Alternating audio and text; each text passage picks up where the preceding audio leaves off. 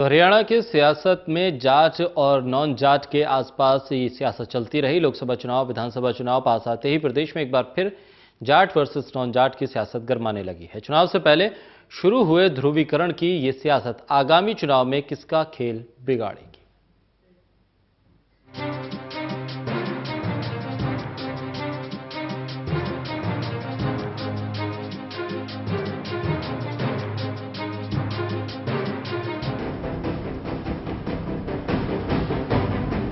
जींद उपचुनाव के नतीजों के बाद राजकुमार सैनी ने मौजूदा हरियाणा सरकार में कमबैक के इरादे पर सबसे बड़ा अटैक किया है, क्योंकि राजकुमार सैनी भारतीय जनता पार्टी के उसी नॉन जाट मुद्दे को लेकर हरियाणा में गठबंधन तैयार कर रहे हैं, जिसका सीधा असर बीजेपी पर पड़ेगा।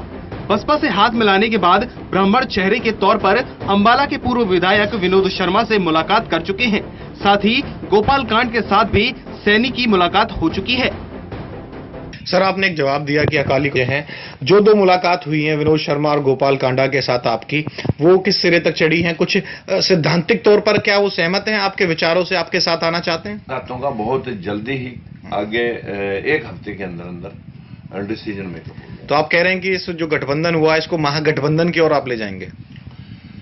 ये एक महागठबंधन नहीं, ये विचारधाराओं का एक समावेश है। गठबंधन तो वो होता है कि मौका प्रस्त लोग गठबंधन बोलते हैं।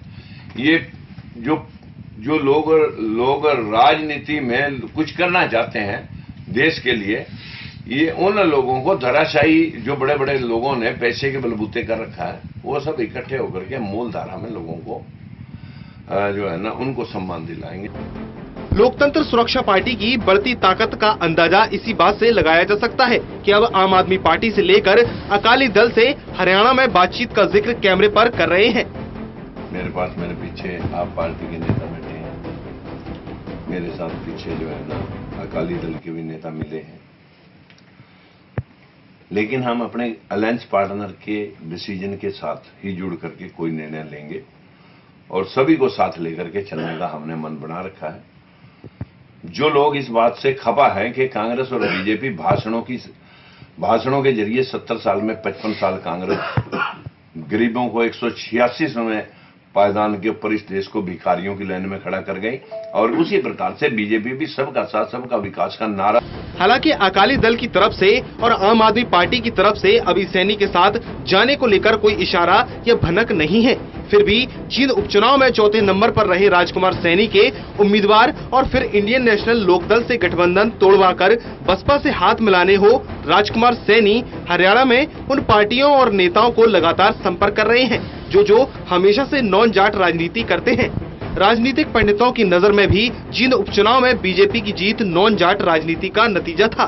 कहा तो यह भी जा रहा है कि बीजेपी लोकसभा से लेकर विधानसभा तक इस रणनीति के तहत चुनावों में उतरेगी, लेकिन बीजेपी के इस मास्टर प्लानिंग में आज के समय में खुद उनके सांसद राजकुमार सैनी सबसे बड़ा रोड़ा बन रहे हैं। लोकतंत्र सुरक्षा पार्टी बसपा गठबंधन के बाद गोपाल कांड, विनोद शर्मा जैसे 2 या 3 गैर जाट नेता अगर एक मंच पर आ गए तो इसका सबसे बड़ा नुकसान हरियाणा में बीजेपी को ही होगा। Vinod Lamba, total news.